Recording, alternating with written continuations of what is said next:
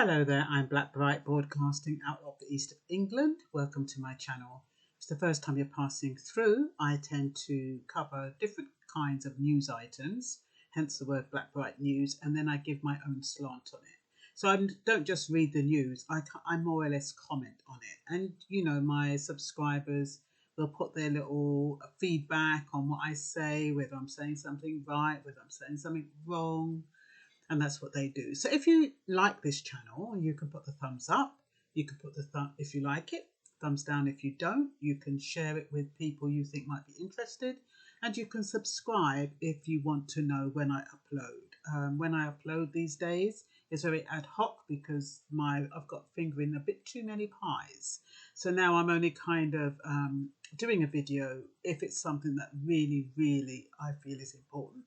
Now, today I wanted to find out what you thought the difference was between George Floyd, Rodney King, and Luima Abner. Most people don't even remember who Luima Abner is. But he was a Haitian man in 1996 at the age of 31. Anyway, let me not jump the gun. There is misuse of deadly force, as in shoot to kill an unarmed man, and there is non-lethal use of force, as in beating a civilian. The severity of the beating dished out would imply that the perpetrating police officers have anger issues and need mental health intervention. That is just my thought, because you can't go around having anger issues and taking it out on everybody you see. So, and it's mostly the black people who are the victims. So, and that is shown when Chauvin, if that's how you pronounce his name, kneeled on George Floyd's neck when he was saying, "I can't breathe." There was no empathy as to his human life. Well, did he not feel he was human? I mean, some people don't feel black people are human. Was he such one? And so, as far as he was concerned, his life didn't matter. He obviously thought, because he did it in broad daylight and so publicly, that the law didn't believe Black Lives Matter or George Floyd's life didn't matter. Some people are of the opinion that especially some police officers are of the opinion that if you've got a criminal past, you have a right to die or suffer, just by virtue of having a criminal past. And because George Floyd had a run-in with the police, as far as he was concerned, he would be inconsequential. It wouldn't really matter. He's just another nigger who's a criminal. And that is the attitude of some of the police officers. So, for Chauvin to kill George Floyd publicly and without remorse, he must have believed that he had the law on his side. He was probably punished for shaming the police force as well, because a lot of those police officers, they're more or less like, you know, if you do something wrong, or if you're trying to get away with something, just make sure you don't get caught. You know, if you're going to beat up a nigger, just make sure that there's no cameras around. Not that you mustn't do it, but just make sure you don't get caught. Just make sure there's no evidence. When there is evidence, they get doubly punished. And because they're shaming the police force and they're showing them up. They're showing that there are racists in the police force. And the police force don't like that. And especially when there's clear evidence that there are racists in the police force, they need to do something about those people or those officers that betray them and tar their reputation. So some of them get really serious sentences. So anyway, Chauvin was found guilty on 3 charges. One was second-degree murder, the second was third-degree murder, and the third was manslaughter. So he actually got charged with murder. And he could spend decades in jail. He's had his bail revoked and he's being held in custody. Now, there's a video going around. The source is wrong. And I don't know why people send out these videos. I really don't understand it. Anyway, in this video, they've got like CBS, and then there's an N on the end, and it's saying that Chauvin, when he was put in custody, he said that no black people must go onto his floor, and all the black prison officers have been taken off duty and all that kind of stuff. But the date is the 29th of May. So which 29th of May is it? Can't be this 29th of May because it's not here. They couldn't have made a mistake and said the 29th of April because the 29th of April isn't here. And they couldn't mean the 29th of March because the 29th of March isn't a Wednesday. So you've got to be very careful about people putting out provocative videos, because I got that this morning. And when I first listened to it, I didn't really take much notice of the date. The second time I looked at it, I'm like, hang on a minute. We're not even in May. And yet that video could circle down the line in a few months' time, and it will be after May, and people will really believe that it's a real video. So maybe Chauvin might say he doesn't want any black officers, but who knows? But that video is false. Anyway, what else? Police officers have used unreasonable and unlawful force on black men for years. In 1997, Abner Luima, that's who I was talking about, the Haitian guy, a 31-year-old Haitian, was physically attacked, brutalized, and sexually assaulted by police officers. Sexually assaulted with a broken broomstick up his backside. Can you imagine how deranged the police officer was that did that? Anyway, the New York Police Department, well, the police officer, Justin Volpe, was found guilty of using a broken broomstick on him. 20 years later, Abner received a settlement of $8.7 million. He refuses to talk to the media about his story. But can you imagine being tortured in that way? You don't want to relive that.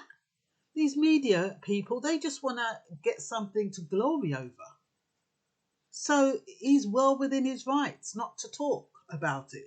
I wouldn't want to relive as an incident like that. Anyway, 1.6 million out of the settlement came from the police union who took a part in the cover-up. So they tried to cover it up. Volpe was only found guilty because the blue wall of silence was broken, and he was sentenced to 30 years in prison without parole. 30 years in prison. So the blue wall of silence actually came down. The police officers actually spoke up. That's what needs to happen. Police officers, I know it's difficult. I know it's uncomfortable, but you need to speak up about unfair practices and this excessive use of force that some of these police officers are using. You need to speak up because it's tarnishing your reputation as well as everybody else. They're tarnishing the reputation of the whole police force because people aren't saying, oh, it's that police officer or that police officer. They're saying it's all police that are likely to be racist or are likely to racially profile or are likely to use excessive force on black people. And to be honest, they don't only use it on black, they use it on white people too. But it's highlighted when it's black people because it's more incidents of it. And they don't say, oh, a police officer just shot a man. They broadcast a white police officer shot a black man. But I'm sure white police officers must have shot white people at some point. Or don't white people get shot? Maybe they don't. I don't know. Maybe white people are victims of excessive abuse or use of force by the police. That's why we don't hear about it. But in certain roles that I play, I know that white people have been victims of excessive force, but you don't hear about it. All I'm saying is that, yes, it happens to black people, but it does happen to white people as well. But the media, for some reason, they don't talk about it. Why? Why are they only talking about the use of force by police on black people?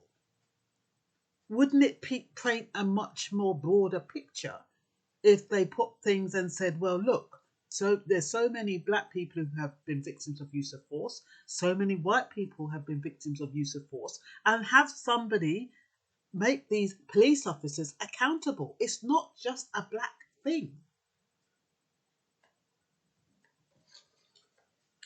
I'm getting a bit passionate here. Anyway, we're led to believe that police officers are not arrested, but since 2005, according to data compiled by Professor Matthew Stinson at Bowling Green State University in Ohio, 80 police officers and local law enforcers were arrested for killing someone in a shooting. They were arrested, but what was the outcome? Only 5 out of the 80 got a prison sentence. Why?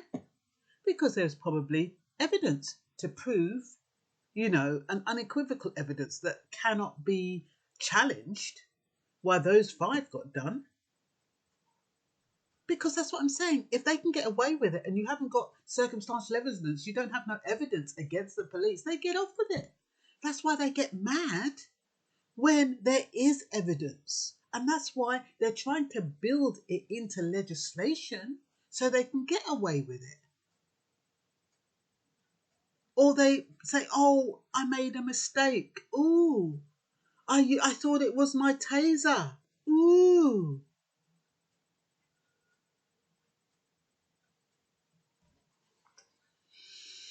Anyway, were their lives sacrificed for nothing? There needs to be a change in attitude of the police officers.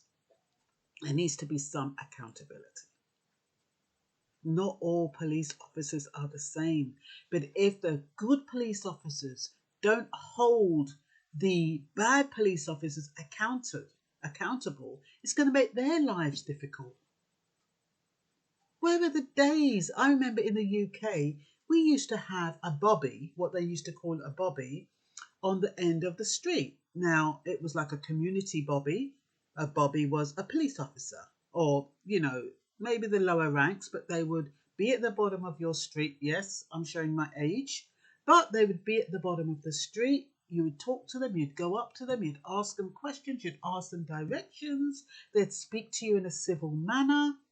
Yes, there probably was racism, maybe in certain areas, but all I'm saying is that police officers were at one point approachable. And I work in a certain role where they do have police officers who come over as genuine, sincere, and genuinely alarmed at police officers that tarnish their reputation. Anyway, some people think that because the UK cops don't walk around with guns, that black men are safe in the UK, but many are tortured instead. So they don't shoot them, to me, which is a quick death and much easier. To me, I prefer to be shot and make sure you shoot me right in the heart so it's immediate death than to be bloody tortured. Earlier this month, I don't know if it was last week, earlier this month, Met Police officer Charlie Harrison broke the leg of a black man in front of his teenage sons in a racial profiling case. He's been jailed for 2 years. So for him to be jailed for 2 years, we're not making it up. The only thing is that there's only a few people where there's evidence. And that's one thing that these cameras that on your phones have done. It's enabled a lot of evidence to be brought to light. Otherwise, this has been going on for years, but nobody could prove it. And the thing is that the police officers are supposed to wear body-worn cameras to protect themselves and protect the person who they are attempting to stop. But what do? Some of them don't switch the the body cam on, or they wait until they've antagonized the person and then they switch it on to make it look as though that individual and it's antagonizing them and obstructing justice, or they'll tell you, oh, the battery ran out.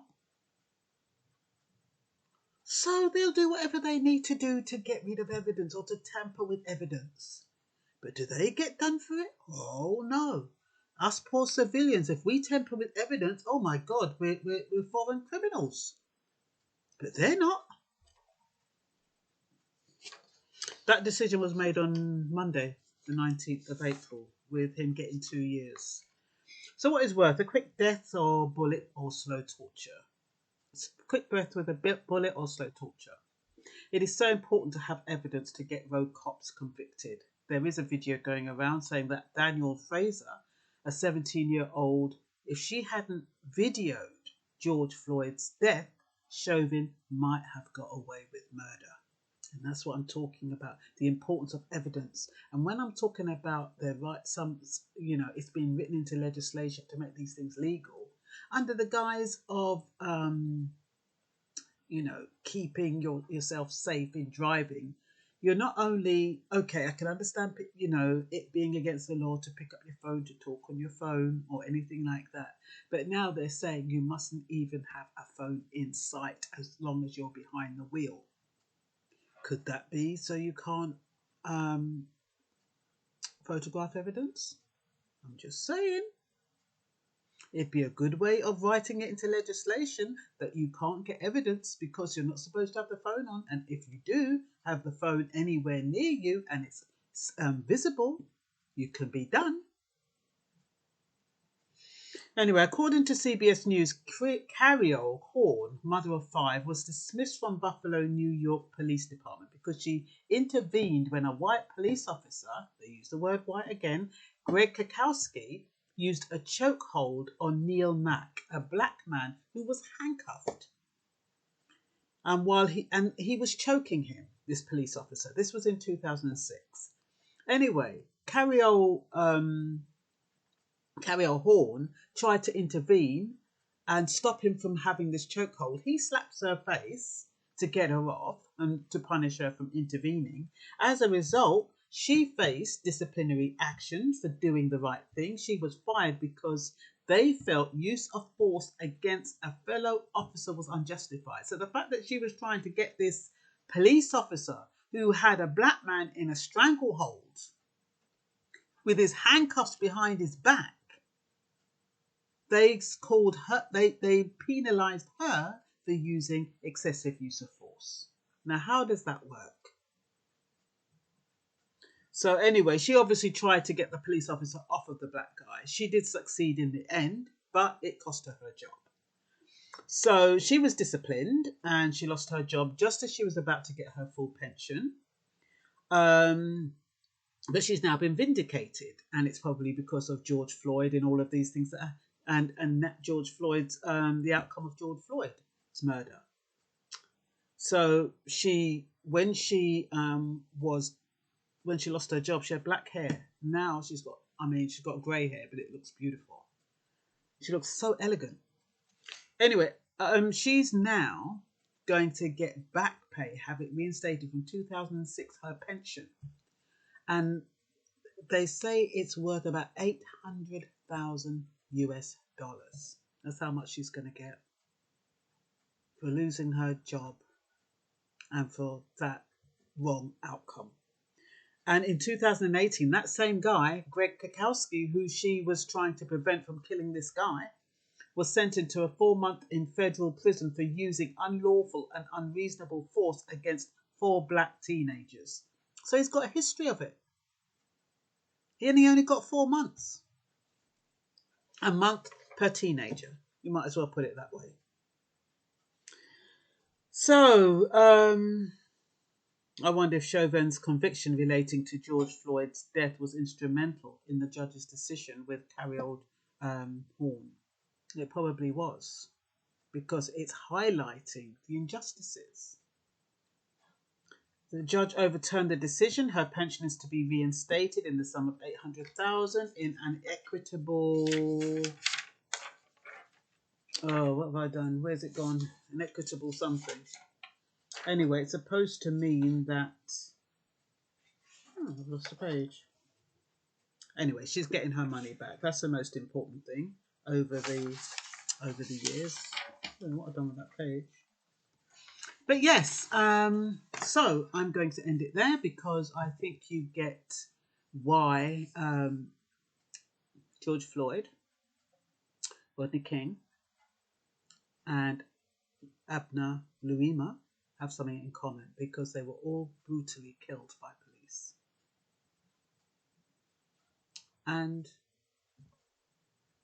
I think in all three cases now, I don't know about Rodney King. I don't know if the police were... I should have looked at that. Were they charged? I'm not sure. But anyway, justice is being served. Thank goodness. And yes, I'm really sorry I lost that last little bit, because I had a really important bit at the end. Don't know what I've done with it. But yeah, I'll have to stop it there. Bye-bye.